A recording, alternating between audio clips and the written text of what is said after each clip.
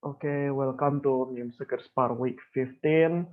To start the debate, we welcome the Prime Minister here. Oh, please do state your PR preference and gender pronoun. Wait, I think the PM is still in the restroom. Are you back? Don't think so. Oh, okay, we will wait.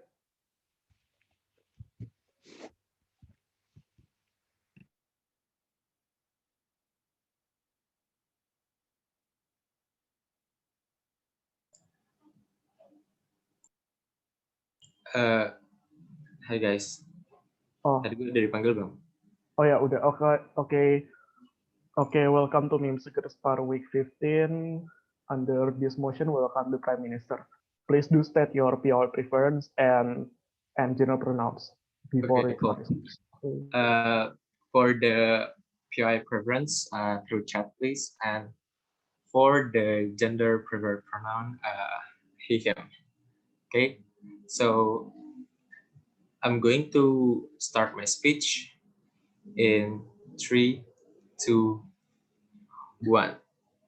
So, ladies and gentlemen, what do we want in opening government? Obviously, we are not going to take an idealistic stance where we are, for example, as a feminist movement, we are trying to change the entire structure that might exist in the porn industry, because I don't necessarily think that we have the legitimacy, for example, in order to prove that burden at the end of the day. So this is the reason why we are going to play in a more strategic scenario, where as a feminist movement, what kind of value that we need to promote on the idea of protecting the right of women in the porn industry. And second of all, how is this going to be in line with the agenda and also the principal value that we have as a feminist movement, right? So when team opposition comes to the stage by saying that it might not necessarily change anything, well, we're trying to have an attempt to say why then we will be able to, for example, have the capacity to mobile people to actually improve the protection and the right of women. But even if, for example, we do not achieve this ideal type of goal, we think that at the very least we operate our movement based on the value and ideologies that we believe in the very first place, right? Therefore, we as an opening government, we want to focus on improve the protection and rights of women rather than opposing our women to work in the porn industry, ladies and gentlemen.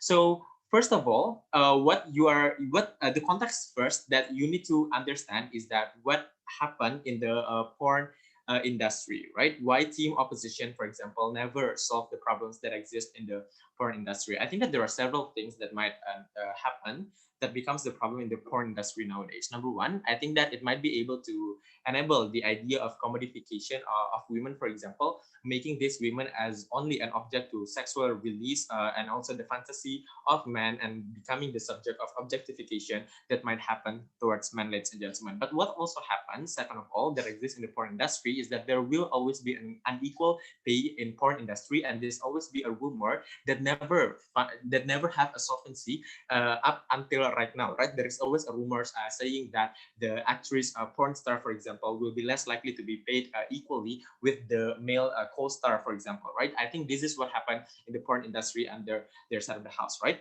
The reason why team opposition never solved the problem, because by opposing that, it will not necessarily address the issue that exists in this particular porn industry, right? Because what you are trying to do as a feminist movement under opposition side of the house, you are not going to focus on the central root cause of this porn industry that inherently oppress women porn star that exist in the porn industry within and of itself, right?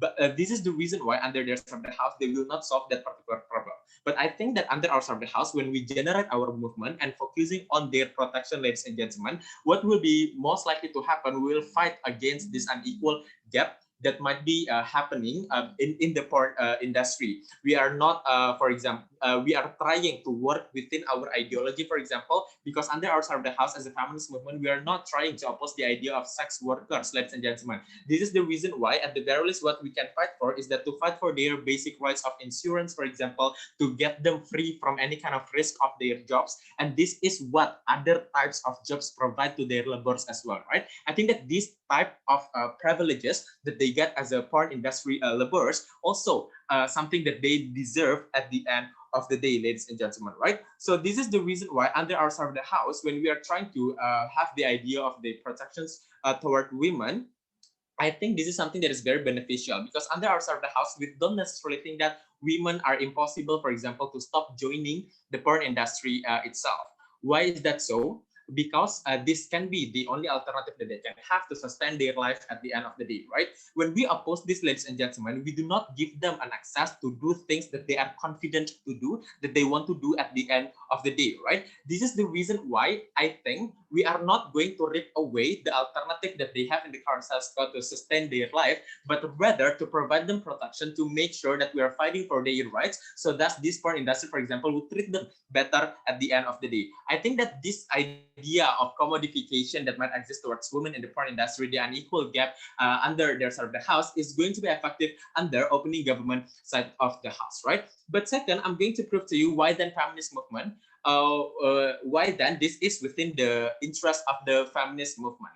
So what is our agenda as a feminist movement? Of course, what do we want is that the idea of empowerment, empowering every woman that is currently vulnerable in every types of labor or in every kind of circumstances where they are where they are not feeling empowered, right? So I think opposing the idea of them working in the porn industry, I think it will be backlashing with the values and ideologies that we have as a feminist movement, right? As a feminist movement, for example, we support the idea of body positivity, but they are not operating based on their values when you are standing on opposition side of the house, right? Because you are going to dictate them and create complicitness on what type of jobs that they should do and what types of jobs that they should not do, for example, right? As a feminist movement, I think that we really oppose the idea of other actors dictating us on what to do as a woman. But when you dictate your fellow women not to join or even not to join in the porn industry, for example, I think this is the moment when you are trying to backlash with the values of you empowering your fellow women. I think the manifestation of harm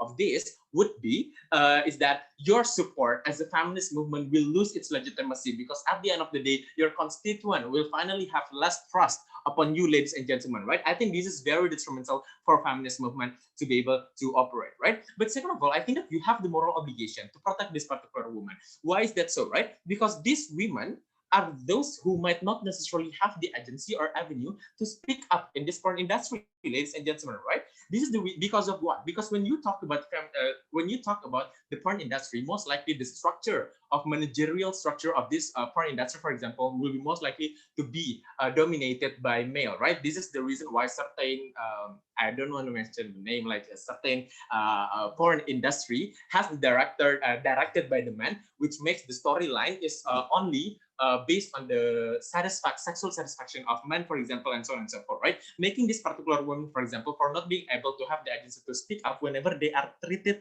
unequally, not only because of they are afraid of losing their job, for example, especially when they are easily replaceable. But number two, it's because the hierarchical power that exists within this particular industry never cater to their needs as a minorities. As a feminist movement, when you have the power to actually change and resonate this narrative, ladies and gentlemen, that is where you have the moral obligation, right? Because to protect this particular women, for example, to do whatever they are confident to do, ladies and gentlemen. I think that this is a principal argumentation that is independent from the manifestation of practical benefit, and this is the reason why this principal argumentation should also be taken into credit very Protestant and open government.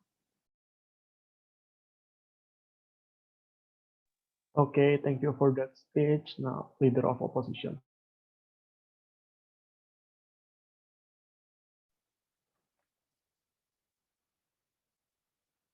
Hi, am I audible? Yes, you are. Okay, for those who wish to deliver POIs, please do it through chat. Thank you.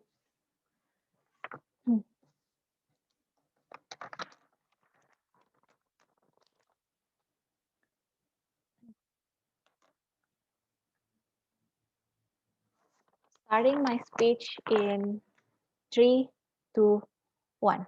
the biggest problem with opening government's case is that the only thing that they managed to prove is that they're going to provide a better equal pay for women in porn industries, for example, and they are going to provide them health insurance. That's the most provable thing from OG's speech, right? But the problem is, it's not about on whether the practice of the porn industry itself that is harmful for women, that is not in the interest of the feminist movement, but it is in the terms of how the concept of the porn industry itself is a form of patriarchy. That why the feminist movement should always the question that OG should answer, why the feminist movement should empower women to stay in that patriarchal hole and make the commodification stays from the very beginning, right? Because apart from the principal argument that Randy brought you that I will also explain later on how it's not correct, is something that's on the burden of their side to prove on how that this still can save women from the patriarchal identity,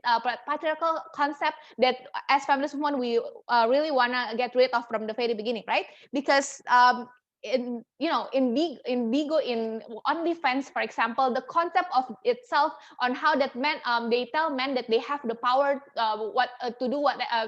to tell women to do whatever that they want as long as they have money. I think that the concept itself is not like whether you have better compensation for OnlyFans, for example, but it's the concept of the OnlyFans itself. It is commodification of women on why that we should stay inside of that and why we should empower women to stay to do this kind of jobs to begin with, right? So although that opening a position might sound unrealistic, I suggest you not to take this interpretation, right? Because although that we are not going to say that we are going to erase the porn industry as a whole, the main question is on whether it is strategic for feminist movement to support this kind of stuff and to let women to get like marginally better pay for the in the sacrifice of staying in the patriarchal hellhole in the beginning, right? So two things that I'm going to talk in my speech. First, I'm going to tell you principally why it is something that's not going to be aligned with the feminist movement. Second, I'm going to tell you about the strategy that all directly clashing towards opening government's case. So let me tell you about the patriarchal concept of porn, on how that this is not going to be principally aligned with feminist movement. I think that firstly, what we need to understand with the concept of porn is that they are going to always prey on the commodification of women, right? This is something that no one should contend, because this is the exact thing that's happening on how that the porn market is always going to follow the market demand, right? Which is currently mostly dominated by men, on how that they enjoy the content of rape porn, for example, that they enjoy the content of dominating power of women, for example, in the porn industry. So that's why I think that in the first practical principle level, that this is also a commodification of women that feminist movement should not never support, right? Okay, CG. Yeah, don't all these reasons prove the necessity to do our motion? Okay, so the problem is not to say that women in porn industry are vulnerable, but it is how to say that feminist movement is going to be strategic and aligned with all the concept of porn itself, right? Because the comparative that you need to take under government bench, the moment that you provide support for the women in the porn industry, that you're going to justify all the commodification and all the patriarchal practice that porn exists, right? That you should just give them equal pay, you should just give them health insurance, and then you're going to justify all the commodification and all the content of porn that literally objectify women to begin with, right? So I don't think in terms of ideological level that feminist movement have the interest to support this kind of justification to begin with. So under the comparative of opening government that you need to take is not on the practical output of the better pay and better insurance, but on how that this is something that's not going to be aligned with the feminist movement, which is why this directly negates all the Randy's point on how that we are not going this is not principally aligned with us, because we are not going to dictate on whatever women want to do, for example. I don't think that this is true, right? Because this is like the most extreme liberal part of feminist movement that's not aligned with the moment that we know that women are literally vulnerable under Bigo and OnlyFans, for example. I don't think that this is something that's going to stand until the end of this debate. But secondly, I'm going to tell you on how that this is not going to be strategic, because as feminist movement, there are so many homeworks that we need to do, right? That that currently our internal movement are already segmented by very much demography. For example, that we have some people who are moderate, people who are extreme career women, for example, who literally hate men. We do not have the enough societal support to provide support for feminist politicians and feminist political agenda. For example, in RU PKS in prolegnas, for example, we still don't have that, ladies and gentlemen. So the strategic point that opening opposition is going to propose is that how that we're going to not lose support in the opening opposition from this kind of demography to begin with, right? Because the moment that we say, because one thing you should notice that everything in movement is symbolic, right? That the moment you declare support for port industry, for example, I think that the one thing demography that you're going to lose is that moderate is the society in gray area, for example, or the society that are not really aware with the feminist movement, but they are still consumed with the idea that porn is bad, for example, because this is the conventional narrative that exists in society that opening government needs to engage on, how that they're going to dismiss and they're going to shoo away this kind of demography from the support that they have in the first place, right? But secondly, I think that you're going to also be you're also going to put more divisiveness inside the internal feminist movement in itself, because now that you have all mostly the people who are going to support the sex workers, for example, are only people who are really extreme loyal followers, for example, but not the feminist movement who are hardcore or who really, believe in the potential of women should not be objectified, or should the potential of women should not be calculated or measured by the measure of their own body, for example. I think that there are a lot of this kind of demography that you're going to sacrifice in government side of the house, right? So I think opening opposition would say that we do not need any one more divisive factor under the feminist movement who really which really has so many things left to do, right? Because these are the kind of demographics that we need in order for us to become pass political agenda in the parliament, for example, or to choose feminist politicians, for example. We cannot be as radical as what opening government wants you to do. So the biggest practical benefit that comes from the opening government is that people stay in the port industry, but not necessarily creating the change of structure, and not necessarily going to create any betterment in the long term of erasing objectification of women. I don't think that this is something that's going to be sustainable and allowed for feminist movement. Very proud to oppose. Okay, thank you for that speech. Now, DPM. Can you hear me? Yes, you are audible. I'm audible, right? Yes. Okay, cool. Just making sure, because I'm like this. I don't want to be identified, but I still want to show my face.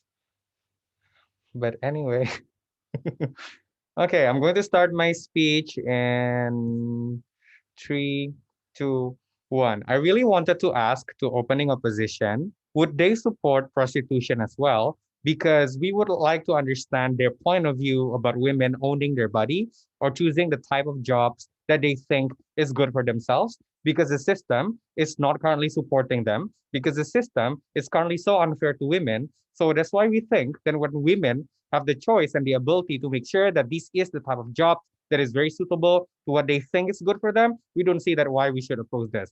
Okay, apparently I can breathe, so fuck this. But anyway, some rebuttals will be integrated with my point. Some of the others, I will address this right now. They talk about there are some people who are in gray areas, right?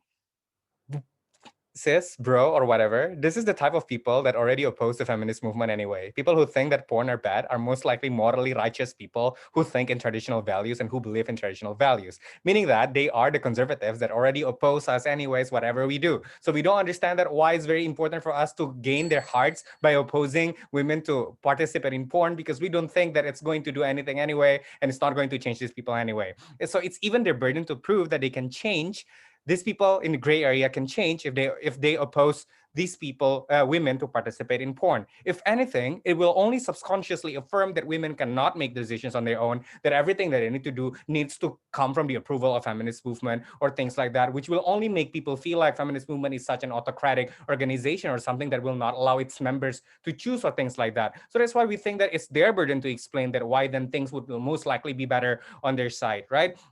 So I'm going to directly talk about OG's contribution. 5 structural reasons why we should focus on improving their working condition instead of, opposing them to participate in the industry. First of all, like Randy said, opposing does not address the root issue, which I'm going to talk one by one. Second, opposing this undermines the power of women who to actually create a change even in the porn industry. Thirdly, opposing this is contradictory to our campaigns and what people perceive about us. Fourthly, opposing this takes away the legitimacy of women's choice and informed one even who choose to do this. And lastly, opposing this backlashes our interest to the point that it will delegitimize our movement. No, Cheryl, I'm not going to take you. I hold grudges because you don't take me. So on the first point, opposing does not address the root issue. Randy already provided reasons why initially feminist movement opposed this, right? Two arguments that they use. Number one, the enabling commodification argument that women are just objects of personal fantasies and desires.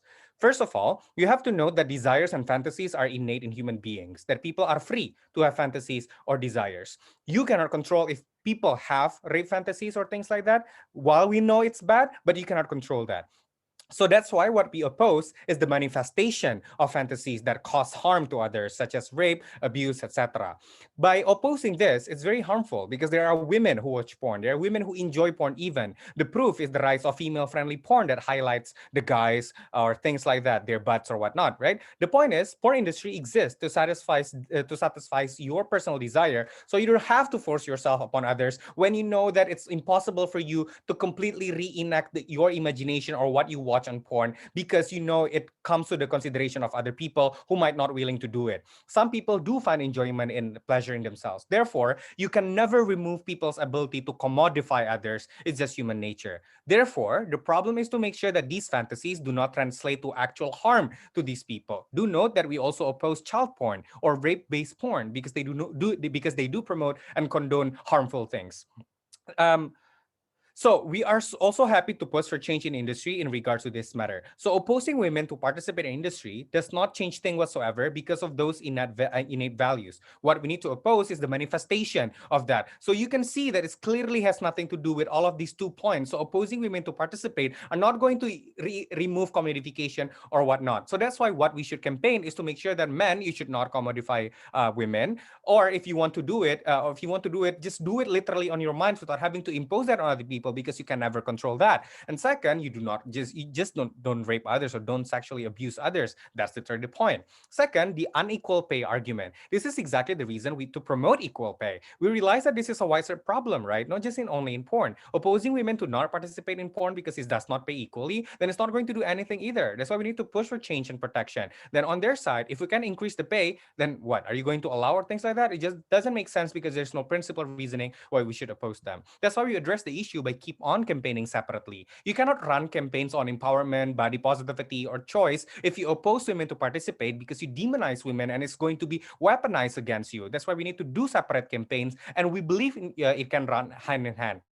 So it's their burden to explain that it cannot run hand in hand, and why then we need to do one thing over another, right? So that's why we keep pushing for protection and improvement that we know can happen. How? Number two, opposing this undermines the power of women to actually create change. Exactly, if they think that men consume porn because we are the reason, in this case women, then all the more reason to utilize that power to create change. Just like what we did in Hollywood when it comes to representation or equality. Now we know our worth. We are able to make sure that we can change the organization entirely or the industry entirely because we are exactly the reason that why the industry mobilized. So if suddenly, let's say, we are able to say that women, you should do strike, you should ask for this and whatnot, trust me, the industry will change because exactly of those reasons we are able to make sure that things do work in women's favor. So by opposing this, you take away our ability to actually create change and actually make things better. On their side, it's going to be just like that, and porn industry probably will still have women around it that you keep on demonizing. So in the end, it's not going to change anything.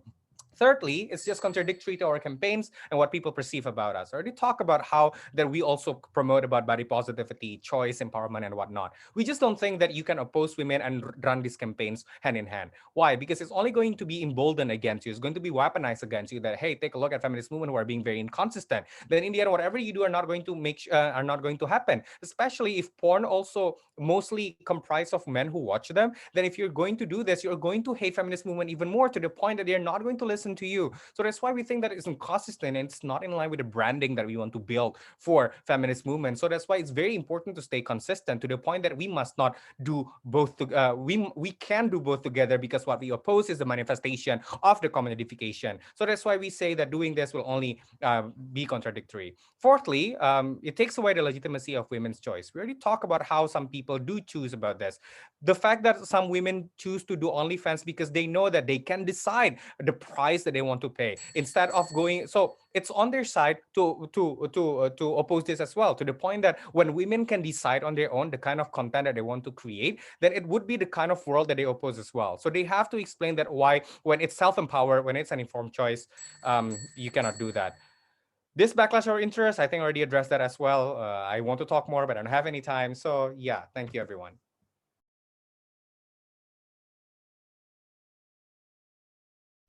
Okay, thank you for that speech. Now DLO.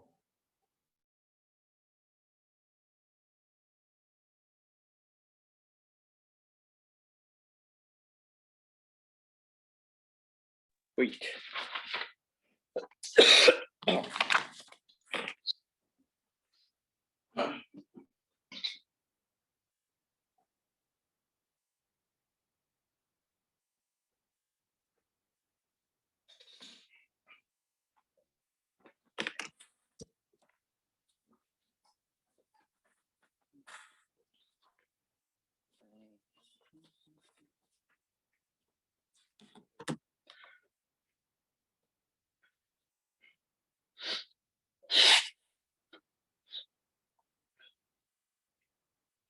I'm going to start my speech in 3, 2, 1. So two things in my speech. Number one, I'm going to talk about sports. Number two, I'm going to talk about what kind of model that exists in the current status quo, what about industry and stuff. So going to the first one, talking about the supports. I think this point is very important because the goal of the feminist movement is always about the policy changes. That's why, in order for you to force legislative and the society to change, you need support in the first place, ladies and gentlemen, to show that your value and that your community is relevant.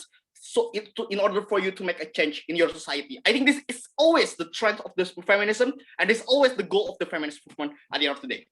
So I'm going to talk about the three different constituents why not opposing porn industry will hamper our movement at the end of the day. Number one, I'm going to talk about the conservative moderates, and number two, I'm going to talk about gray area people, and number three, I'm going to talk about the progressive constituents. So going to the first one, talking about the conservative moderate. I think the constituent is important because conservative moderates is the constituents for, that we need to cater to, ladies and gentlemen. The problem is, even if they are moderates, in some they believe the gender equality, etc. To some extent, they still religious anyway, ladies and gentlemen. That is why at the moment we explicitly supporting and not opposing porn industry, it will be seen by them as a sin action from beginning, ladies and gentlemen, and that is why they will less likely want to support us, and they are more likely want to contradict with our value and want to oppose things, and that's why we gain more opponents under their side of the house. Number two, I'm going to talk about the gray area people. You need to note that gray area people is important because they are more likely about the majority. They are the swing voters that can determine the majority, etc. Here's the problem. The problem is the society culture in the first place, in the current status quo, is always since the porn industry as a taboo from beginning with. And that is why, because it contradicts the society value, the moment we're supporting and not opposing the porn industry, it is also less likely for them to support us and will more likely to oppose us anyway. And how opening government responds to this? Opening government said, Omar said that, oh, we don't need to cater to gray area people because they are already the conservative anyway, ladies and gentlemen. This is how the opening governments is become problematic, ladies and gentlemen. Because the moment you want to, your value becomes relevant. When you want to, your value it becomes more known by the others. That's why you need to cater to the gray area people from beginning, ladies and gentlemen, in order for you to make change and make your value relevant in front of the legislative. And that is why the moment you don't want to cater to the gray area people, like Omar said, it is always less likely for you to want to achieve your goal, which is the policy changes that you want to achieve at the end of the day. And number three, I'm going to talk about the progressive constituents. the characteristic of the progressive constituents is always rooted with the feminist ideology, talking about empowering of women is valuable and so on and so forth. And more likely, they in the first place is anti-body objectification, ladies and gentlemen. And knowing on how the porn industry is same with the form of the objectification, that is why it is more likely there will be, a fracture inside of the feminist community in the first place, and that is why we say it will hamper our movement and our community as a whole at the end of the day, ladies and gentlemen. And how this point comes important.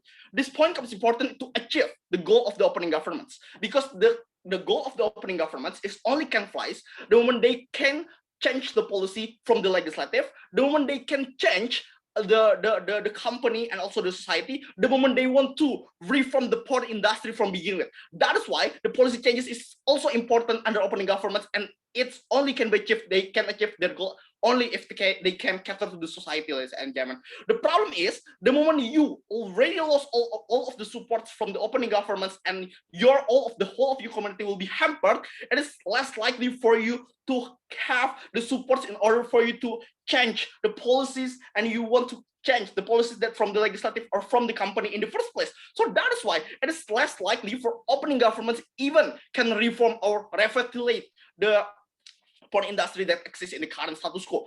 That is why they will fail and they will never achieve their goal at the end of the day. Number two, I'm going to talk about what kind of model of porn industry that exists in the current status quo. I think it's always clear from Cheryl that the current model of porn industry is very extremely patriarchal, ladies and gentlemen. We're talking about the trend, which is the rape videos is very, very phenomenal in X videos, for example, on how OnlyFans or Bigo, which is you can pay the model in order for them to do anything what you want, ladies and gentlemen. And this shows how the current porn industry is completely and extremely patriarchal, ladies and gentlemen.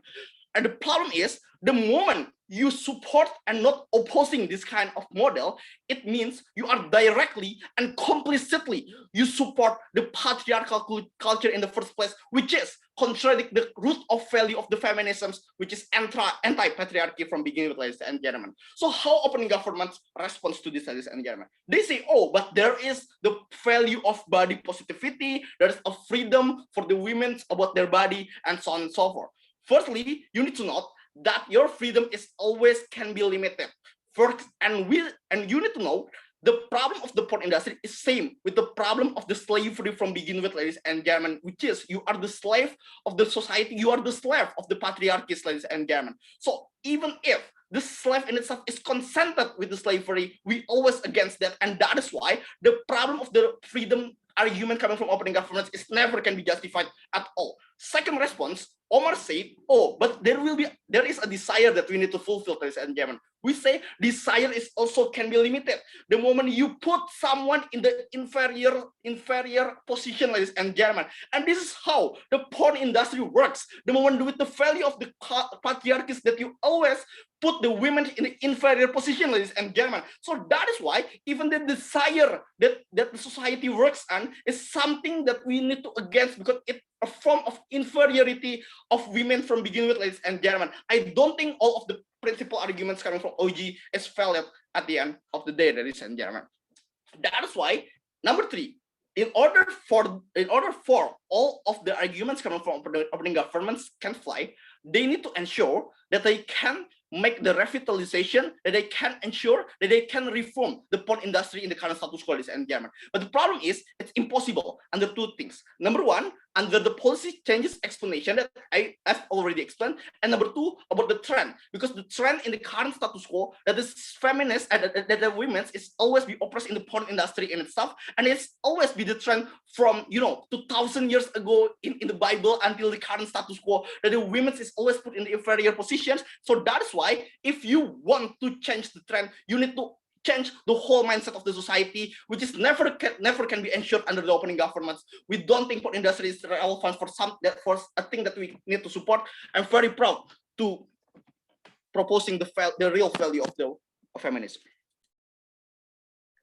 Okay, thank you for that speech. Now to open the closing debate, we welcome member of government here. Okay, give me like 2 seconds.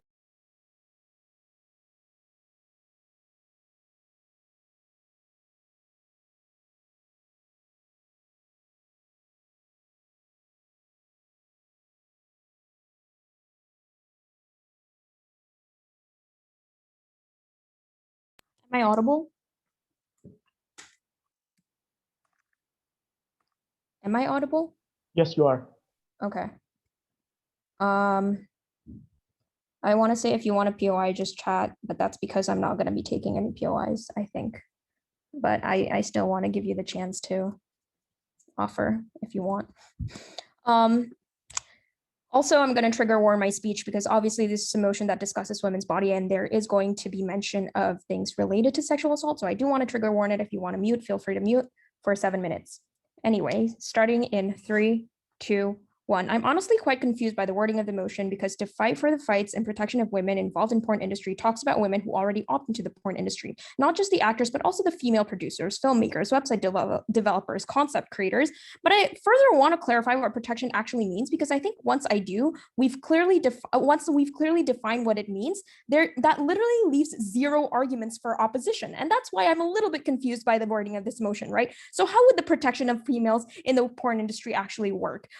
The primary thing to highlight here is the funding of healthcare, right, which includes things like safe contraceptions, including birth control or condoms, because there are hundreds of different types of birth control pills that gives women tons of side effects. And because of wild porn genre demands, women often feel pressured into not using contraception and needing to ingest harmful substances after recording or opting into birth control pills that simply aren't working for their hormones. It also means mandating things like STD testing for everyone involved, which does not only impact women, but also men involved, right? Which also impacts for long-term women's health and literally their livelihoods. But it's also being compensated to a fair amount of wages, not only for the male counterparts, but also to other acting roles that rack up large numbers of audience and views, including entertainment industries like YouTube, where YouTubers get hundreds of thousands of pay per video for a performance of obviously celebrities and movies and actors gets paid a lot more. But porn stars that seem to have a similar scope of audience really don't garner that much. And that's what we're fighting for here.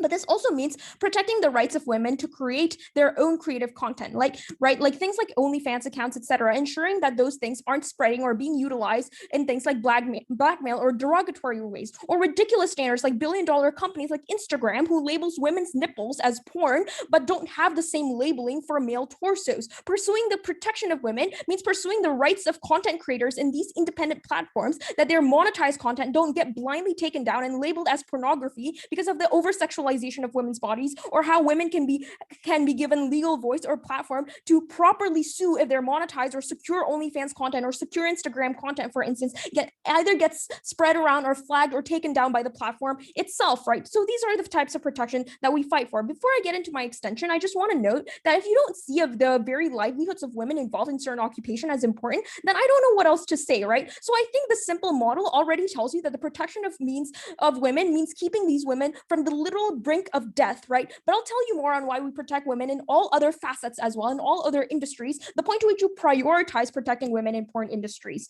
Every other issue of feminists fight for will always root or link back to the issue of women's health and their bodily autonomy, but also things like equal pay, which we ought to prioritize as this advocacy largely can be done by prioritizing women in porn industries. 5 different ways. Number 1 is that equal pay and inclusive hiring. The reason why there's a far lower percentage of women in, say, the corporate world is because, objectively speaking, companies do see women as more expensive hires. The fact that you have to pay for their maternity leave, the fact that you have to pay for their health benefit coverage, etc., to have their hire, and therefore companies need to pay more for insurance coverage, right? Because not all insurance companies want to cover women's health issues or birth control and things like that. The fact that companies oftentimes wrongfully suspect that they need to cover for more like childcare and childbearing, etc., right? The point to which you champion campaigning for women's health in porn industry specifically means you also provide and recognize that these women, you also spotlight the many different health risks that women are exposed to, and how they're just as incremental as those posed to men, right? A lot of porn industries, the simple fact that they could operate as legitimate companies means that they also partner with health insurance companies or medical professionals who specialize in developing proper birth control pills with little to no side effects, less hormonal birth control that don't directly harm women's reproductive abilities and gaslight women when doctors tell them that they know more about their body than the women do, right? Campaigning or championing for proper treatment of women's health and women's bodies, the point to which they're having sex so that they could have safe sex, simply means you force other industries and other companies to also partner with the same health insurance coverage companies, or you also force these health insurance coverage companies to also cover things like women's healthcare means that you get a lot more inclusive hiring. Secondly, then, is that more clearly defines rape and sexual assault in legal cases. And I think this pretty much tackles the policy stuff that OO really cares so much about, right? Notice my up top framing that the perception also includes mandatory sexual medical history testing like STD testing. That's also protection, because rape and sexual assault isn't just forcing someone in bed, but also not informing your partners of your medical history, not wearing a condom when they're asked you to, poking holes in that condom, etc. All those things are considered rape, but they're not considered rape in the legal world, or they don't flag as rape when you sue them in the corporate and like courts, right? When you draft up porn acting contracts to be clear and draws the line of what isn't consensual, right, and what isn't the gray area, quote unquote gray area, i.e., not fully knowing what you did or did not consent to, then there are things that you just don't notice in courts or rape or sexual assault cases and allegations. When you fight for these things in contracts in the porn industries and in the job industries, then you also allow for these contracts to be applicable in courts, and you allow for rape cases to be more to be widened in their definition. Thirdly, then, is that you erase the taboo of women's body is what leads to over-sexualization of women and increasing numbers of like sexual assault, right? Let's not like look too far. The fact that OG themselves is uncomfortable saying female porn star names just proves to you how taboo it is, right? When you're probably comfortable saying like 5 male-led movie sex scenes, right? The reason I know, the reason is because I don't know any female porn stars except for probably like Asa Akira, because I watched her interview. But anyway, that's not important. But this just proves to you how taboo it is to talk about female porn stars or female bodies. The reason why even big companies can easily flag women torsos as pornography and male torsos as just another casual picture is because of how taboo it is. The fact that you see women as sexual objects and not corrected by protecting women in the porn industries means that you don't get the same amount of like opportunities for women. This is what I want to talk about. Fourthly, is body positivity. Protecting the rights of women in porn industries also means the producers of those porn films, who are often overlooked because statistically speaking, the vast majority of porn viewers are actually male. So it's often directed or led by male producers as well, and they're the ones who are highest paid and yeah. So when you champion female producers in porn industries, you directly also allow women to be involved in the entertainment industry in general, because a lot of the same, say, camera crew or production services or platforms are actually vastly interconnected. Championing women's involvement specifically champions female porn producers as well, or female directors. Don't only mean promoting female producers in the porn industry, but also in the whole entertainment industry, which is very much lacking, which means far more women are comfortable, which means that far more women are going to be comfortable with like watching porn, for instance, the point to which that is directed by another female producer, by another female lead, by another female like director, right? A wider representation of women's body are going to be achieved via allowing women to direct more porn films and allowing them to actually get equal pay. Fifth and lastly, I think I touched on this briefly, is that you allow women to tap into more lucrative fields. Currently, it's very much lacking for women producers to be to lead like Hollywood films or big films.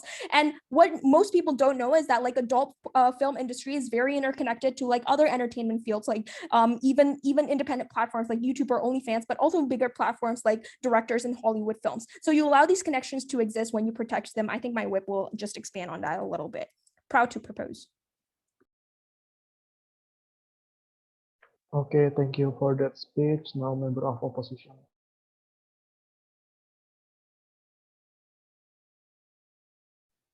Check. Am I audible? Yes, you are. All right. I cannot open my camera because of connection issue. But if you wanna have POI, just unmute yourself.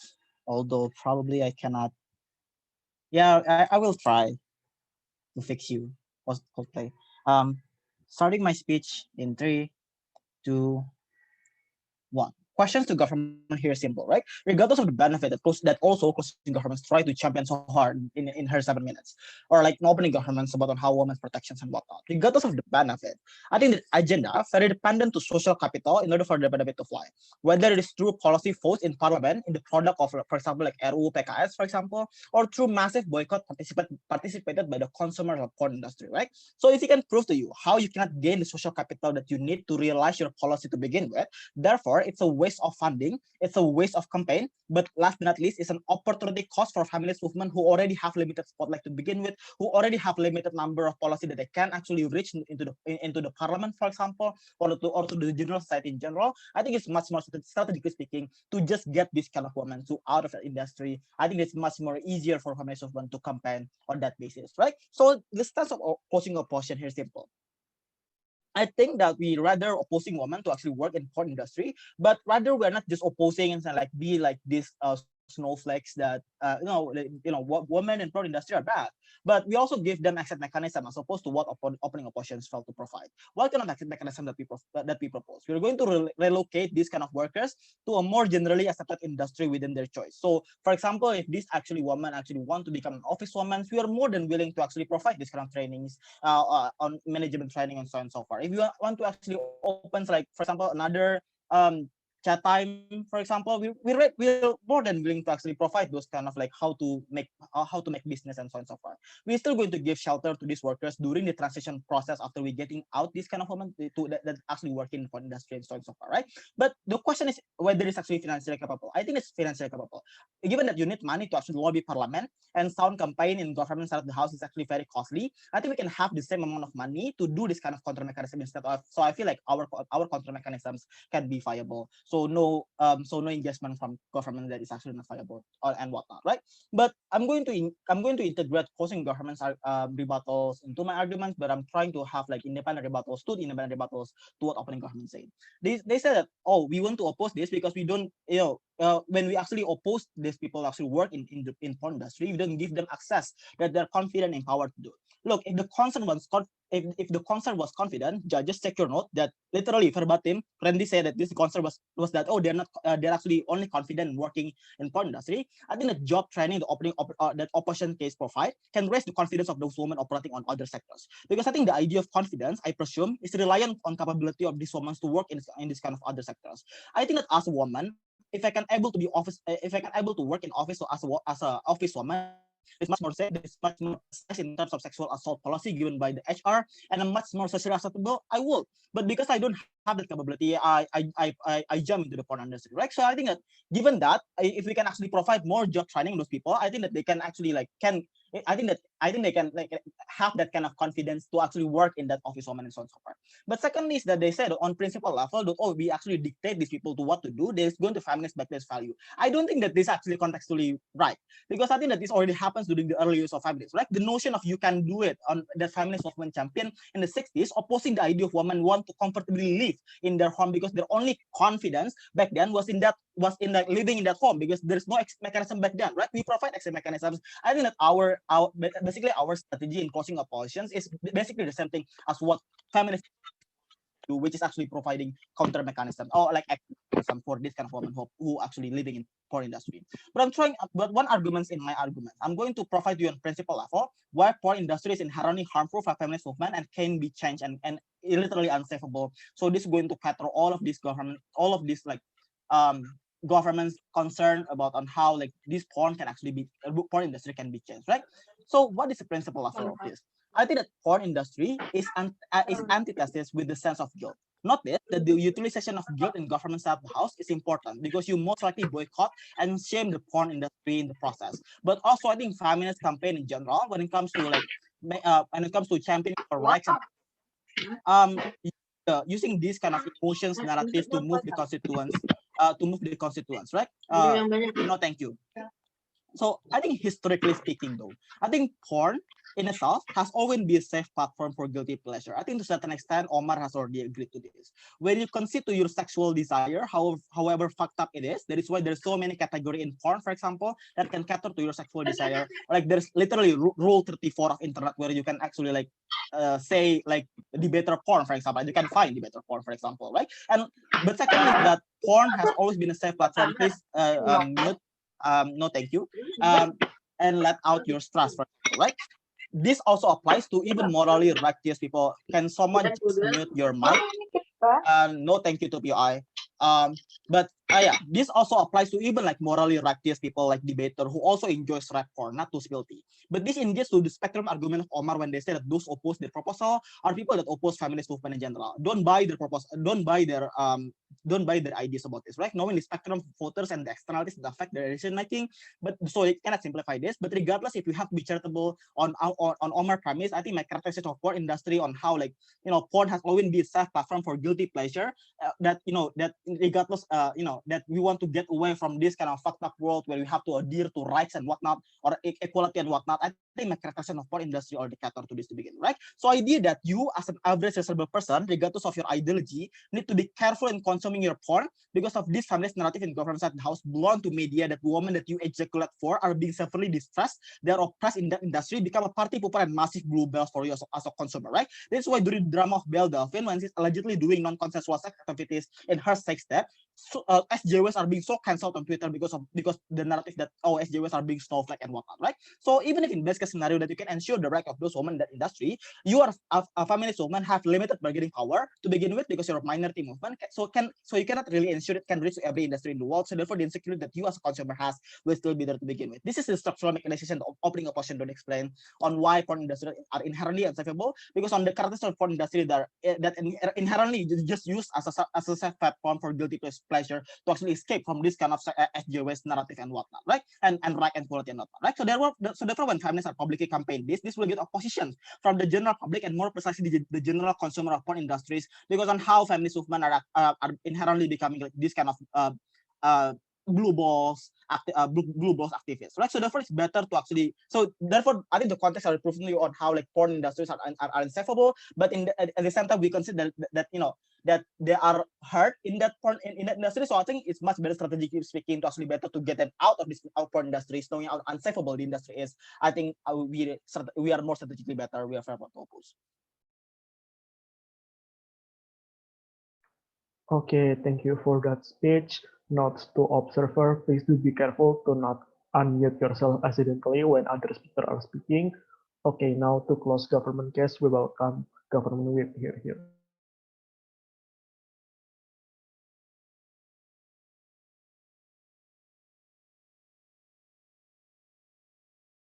Yeah, can everyone hear me? Yes, you're audible.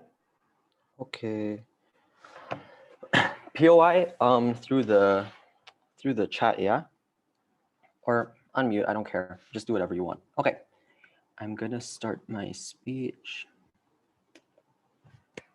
3, 2, 1. I'm actually pretty pissed off here because I get this as a policy motion, but exactly because it is a policy, we have to make prioritizations in policy to improve protections and rights over some arbitrary idea of like opportunity cost from opposition. I think opposition has to make arguments to literally ignore the rights of women, trading that off to women who already exist and are actively getting assaulted. 0 responses from CO, they're getting a 4th. That makes a discussion on what women are going through right now insanely important. Because I think it's absolutely disgusting that OO talks about getting conservatives to agree with you. I don't care about that. When women are significantly more important, this frame kind of takes down both op teams. We prove how you get more protections for those vulnerable people. So 3 things to note under this kind of framing. The first is that I think here's how you judge this frame, right? We prove why protections are more important due to vulnerability reasons, making our extension the most important issue over OG as well. Secondly, even if you don't buy that, I'll engage with the critical mass consideration and prove why we why we're going to win this one. But thirdly, I also think CO is immediately like out of the debate because you can't bring a new model in CO because of debating rules.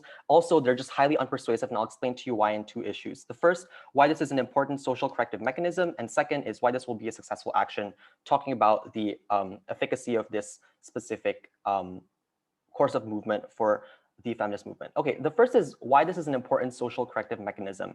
I have 3 layers of critical analysis here, but to just point out, I think to absorb OO, the patriarchal hellhole and commodification of women is not a singularly created principle, but rather an interpretation that patriarchal structures obstructed and socially constructed. That is to say, it's not inherently wrong to be a porn star. Dumb men just said it was 50 years ago. 3 things to note under this. Number 1, this is parallel to how the founding fathers entrenched structural racism. Thomas Jefferson codified the white frame of living, which is to say, white people were determined in the mid-1900s who was white and who was black, for instance. And they did this by saying Armenians were white, Mexicans weren't, Italians were white, the Japanese aren't, for instance.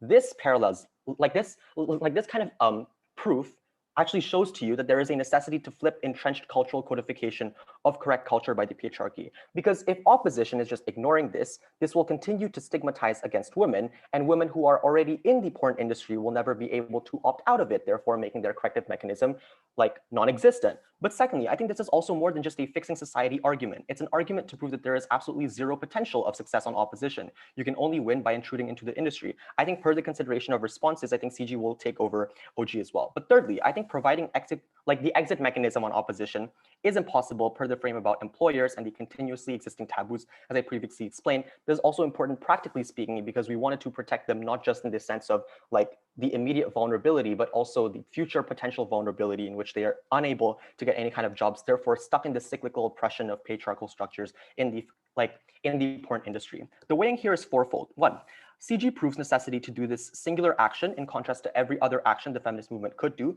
We prove a maximization of social capital here. Secondly, I think in terms of social environments, the most important principle isn't consistency like OG assert because that's attached to principle or like attached to practicals. And it's also not just about vulnerability because that would be a tautological argument that just repeats the motion, doesn't prove anything. The most important principle of this debate is to achieve the prerequisite of full female freedom. We think the only way you do that is with a prioritization of bodily autonomy. I think we frame this significantly better than OG with mechanisms of how this actually manifests in the real world. Thirdly, I think the frame of women already opting in means this is oppositional choosing, like this is an opposition choosing to consciously ignore women in those industries, right? In terms of morality, I think number one, this is an act of violence against women. But number two, this is a degeneration of the trust that vulnerable women have given to you as the feminist movement. Why is this really important? I think this immediately gives us the first in the debate because we talk about the actual motion giving three distinct contributions. Number one, mechanisms of help. Number two, incorrect principle trade-offs on opposition. And number three, the urgency of the debate that immediately tops us over opening government, that immediately explains to you what is the most important policy consideration in the debate. And now I'm going to talk secondly about how you maximize success in terms of the policy. Why will this be a successful action? Talking about how you get success in terms of like followers and all the kinds of other things that like the opposition benches kind of assert, right? This is where OG loses big time. How do you adjudicate practicality in this debate? We think if OG concedes that this isn't likely to work in PM, they're running away from the burden. We prove 6 likelihood mechanisms here. Number one, in terms of job training, I think we can still have job shifts for women insofar as they believe they can actually shift. The problem is that like the employers see porn as disgusting, probably like that should be fought against by feminists, right? So I think also then CO is like implying that women don't get jobs because they're less qualified and not because there's a bias of employers against women thinking health coverage is more expensive. Like at worst, that's equity violation, but at best, that's just unpersuasive characterization. That's why they're also out in the debate.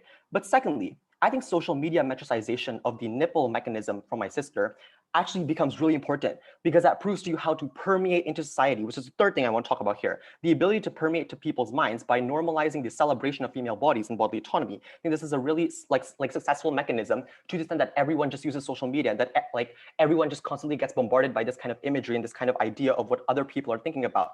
Fourthly, I think utilizing social trends can exist under our side. When people generally are tearing down the taboo on porn, we end up getting more people agreeing with feminism. That's why you get critical mass on our side. Fifthly, that the opposition of porn industries on opposition means the proposition of patriarchal valuation of female bodies. This means you destroy women even more on their side.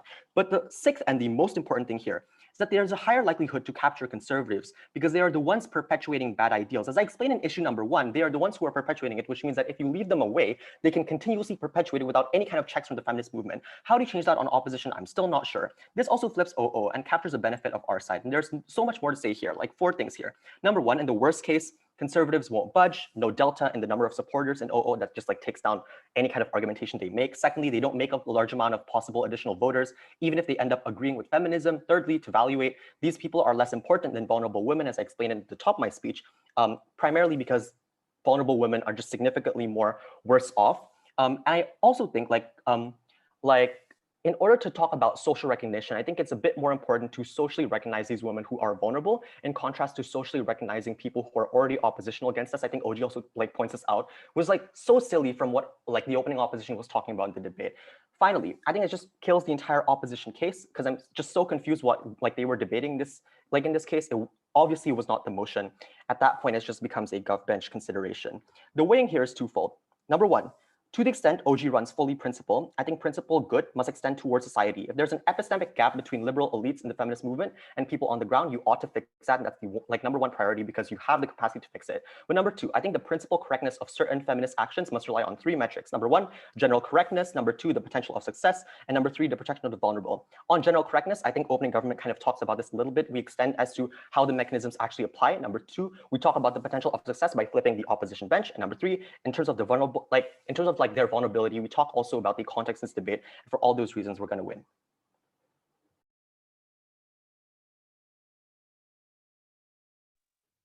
Okay, thank you for that speech. Now, opposition week.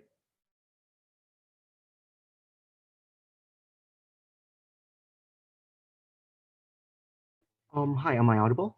Just give me 1 or 2 minutes. Let me go to the toilet real quick. Sorry. Okay, sure.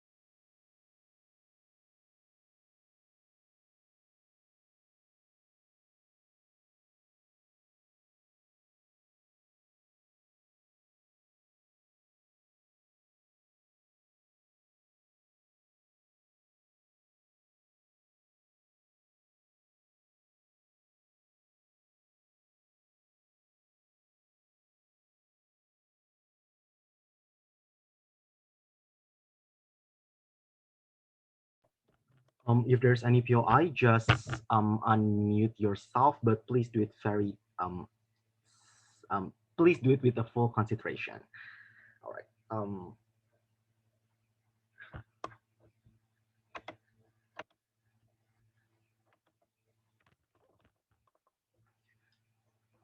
Starting my speech in 3, 2, 1.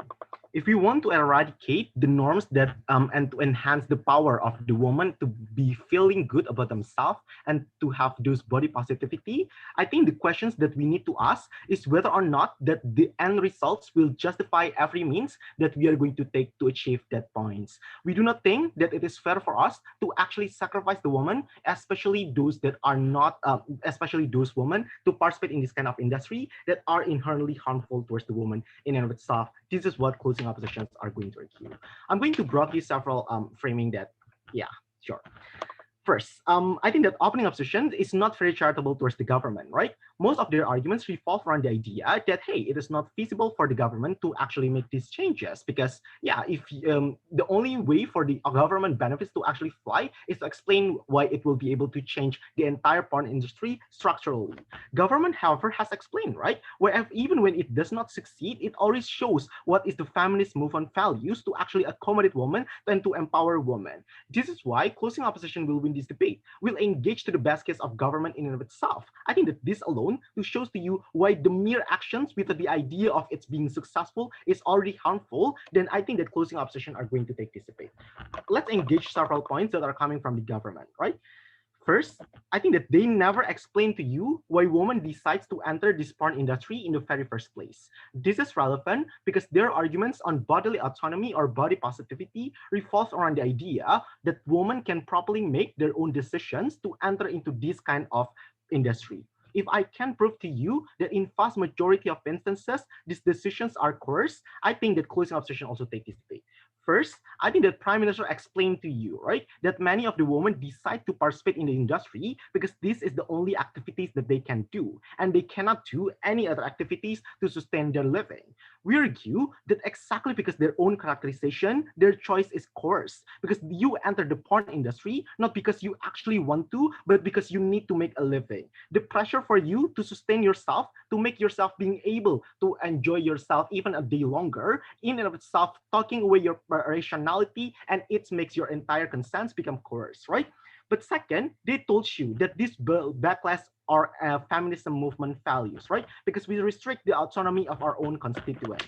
First, I think that the burden that government need to answer is why these women cannot achieve their sense of liberation from having full control over their own body by having sex whenever you want or filming yourself and making a sex tape towards that, right? I think that simply wanting to have a bodily autonomy over yourself does not mean that you're going to enter into the porn industry immediately. They cannot simply assume that the woman can only enjoy this bodily autonomy if they are going to opt in towards the porn industry. But second, let's address those people that they are going to argue, those people that are already possessed the informed decisions that are trying to enter into this kind of industry in the very first place. I don't necessarily see why this kind of people is actually relevant in this debate. Look, I think that even within the status quo, where feminist movement refuses to empower women to participate in porn industry, we still see women who actually enjoy porn in the very first place and actually participate in this kind of industry, becoming the actors of this kind of porn, right? This is why I do not see why this kind of women are going to be felt that vulnerable. Because entering into porn industry in both sides are going to be a hard decision. Even when feminist movement are not going to are going to support you facing again this kind of thing, facing against the prejudice from the conservative society that told you inherently this kind of thing is bad, and religious indoctrinations that also telling you that this kind of thing is also bad. This is the reasons why you simply cannot have this kind of. This is simply why, regardless, these kind of people are not going to be that vulnerable. Why? Because in both sides, people who already decide to participate in this porn industry will participate anyway because they're able to undergo this kind of moral dilemma even without being empowered by any kind of persons. Because exactly in both sides, this kind of decision to participate in the porn industry are going to be that hard. But sure, let's address them at their best. Even if, for example, we need to restrict their autonomy, then we say as the closing opposition, we're willing to take the burden. I think that principally, as feminist movement, we have the grand agenda to ensure the empowerment of women in every single field. We want to ensure that women within the corporation work to be empowered to be able to climb the corporate ladder. We want to ensure women that want to become a mother to also enjoy that. I think that the feminist movement has the moral obligations to prevent any harms toward this grand agenda to actually occur. This is similar how the government actually functions. Because the people trust you with their life, you're morally obligated to prevent harms that are going to threaten the interest of your own people, right? We argue that empowering women to participate in porn industry will inherently harm our movement in general. Why? Two reasons. Number one, this does not only turn away conservative and moderate people like what opening opposition argues, but this also turn away the entire world against you. Why? Because even within the feminist movement exist spectrums. I'm pretty sure that exists feminists who still refuse to acknowledge women to participate in porn industry because the existence of religious indoctrinations towards the many people, for example, these religious indoctrinations is still infatuated within many of the feminists because many feminists decide to join feminist movement because they are against the inherent idea of patriarchal culture, but they do not inherently against this kind of religious indoctrinations. But we say that most of these religious indoctrinations are simply going to harm and going to simply contradict with the existence of this kind of actions in the very first place, right? This is why you see a lot of clauses within the Bible that actually say that those that conduct prostitutions inherently are bad people are destined to go to hell, for example. This is simply bad because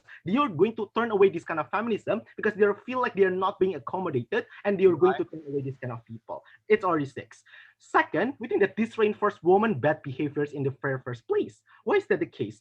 Notice that the idea of when opening government argues to you that look, we can just provide this kind of men, those bad people, and to enjoy this kind of porn, and they're expectedly are able to enjoy themselves and are not going to channel their desires to enter this kind of industry is simply false, right? Because first, there's no mechanization towards that. But second, we also argue that this, in fact, the existence of this kind of forms in and of itself are going to harm women in the future. Why is that the case? Because the moment that you're going to allow this kind of woman to participate in this kind of, rape scenario or whatsoever, this is the moment that you're going to also allow this kind of men to enjoy this kind of picturations in the very first place. When you allow the people to actually enjoy the desires that they see, they're not going to be just simply satisfied about that. They're going to seek for something more, and this is the reasons why we think that it will be far harsher world in the sides of government. Very proud to close the debate. Okay, thank you for the speech. Now please wait for some time while me and my panels deliberate together.